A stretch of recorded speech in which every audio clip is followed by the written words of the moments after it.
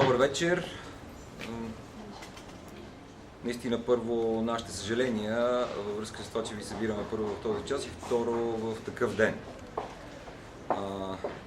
Нямахме намерение и днес и утре да занимаваме както медиите, така и обществото с разказ за политически събития.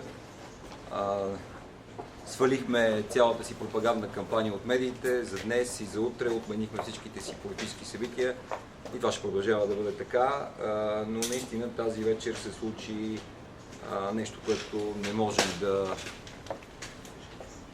да не отбележим.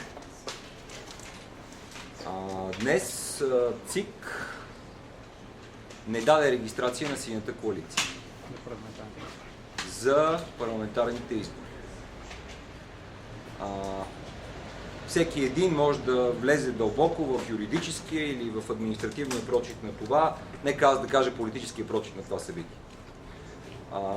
ЦИК не регистрира Синята коалиция, това значи следното, че не регистрира единствената след ГЕРБ опозиционна сила, която е реален противник на управлението, реален противник на тройната коалиция. Знаете, че в последните 10 дена всяка една от социологическите агенции дава на Синята коалиция между 8 и 11%. Това означава, че за ЦИК тези 8-11%, тези между 350 и 400 хиляди българи нямат значение. Означава, че както в добрите стари времена не е важна личността, е важно да имаш документ. Желанието на тройната коалиция е да спечели служебна победа. Това, което казваме ние днес, е следното. Никой да не си прави илюзията, че ние ще влезем отново в този цирк. Синята коалиция ще отстоява тази регистрация. Тя е единствено възможна. Всеки един от нашите поддръжници е дал своята воля къде да бъдат партиите от Синята коалиция. СДС, ДСБ, БСДП, Обединени земеделци и Радикал-демократи. Тези партии са заявили коалицията си в този вид и ние ще отстояваме тази коалиция до край. Ние ще държим на регистрацията в този вид. Всичко друго е посегателство върху демокрацията и ние няма да го допуснем. Няма да влезем в тяхната игра. Този път войната навлезе в фаза, която е драматична. Синята коалиция няма да отстъпи. Няма да правим регистрации без СДС, няма да правим регистрации без ДСБ или без земеделците, за да удовлетворим желанията на Станишев. Не са Ахмед и Сергей тези, които ще кажат къде е мястото на СДС и ДСБ. Започваме с сериозна кампания. Ще изискаме ясна публична политическа позиция от всяка една политическа сила. Какво е нейното отношение към днешното поредно престъпление на ЦИК? Защото ако искаш да бъдеш участник в демократичното общество, трябва и да защитаваш правилата на демокрация. Ако има политическа сила, която застава на страната на решението на ЦИК, това означава, че за нея правилата на демокрацията не важат. Господин Гюро ще ви представи конкретните ходове на Синята коалиция от нататък.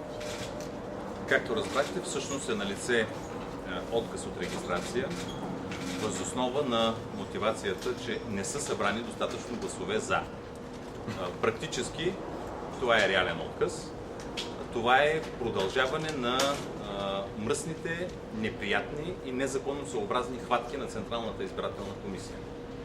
Аз обаче съм оптимист, тъй като още утре, рано сутринта, спазвайки 24-часовия срок, ние ще внесем жалба до Върховния административен съд и съм напълно убеден, че за пореден път ще постигнем, за съжаление не в Централната избирателна комисия, в съда, поредната победа и нашето желание, нашата молба към Върховния административен съд ще бъде той да се произнесе с задължителен диспозитив за Централната избирателна комисия, по силата на който диспозитив да задължи ЦИК да регистрира Синята коалиция.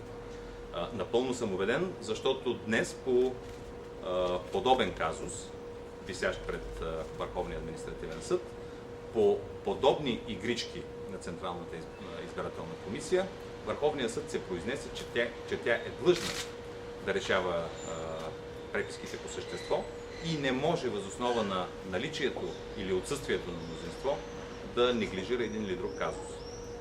Така че аз съм абсолютно убеден и напълно спокоен в изхода на тая драма, която се опитва да ни създаде за пореден път Централната избирателна комисия. Надявам се това да се случи до края на утрешния ден или най-късно други. Само да допълня пикантна подробност. Представителите на опозиционните партии Атака и Ред, законност и държавна сигурност днес са гласували заедно с бившата комунистическа партия и Движението за права и свободи. Благодарим за което. Моля за вашите въпроси. Все пак ще кажете ли с какви мотиви точно ви? Няма мотиви. Няма мотиви. Всъщност на лице е било едно проекто решение, по силата на което е предложено на състава на Централната избирателна комисия да бъде регистрирана Синята коалиция. Поради липсата на достатъчно мнозинство за или достатъчно мнозинство против, практически има един мълчалив или неясно какъв отказ. Ние все още не сме видяли мотивите, но мотиви практически отсъстват. Решението още не е обявено, предполагам, че е въпрос на часове. Когато се запознаем подробно, ще можем през нощта да изготвим жалбата си до Върховния административен съд. В нея подробно ще обсъдим и това – наличие или отсъствие на мотиви.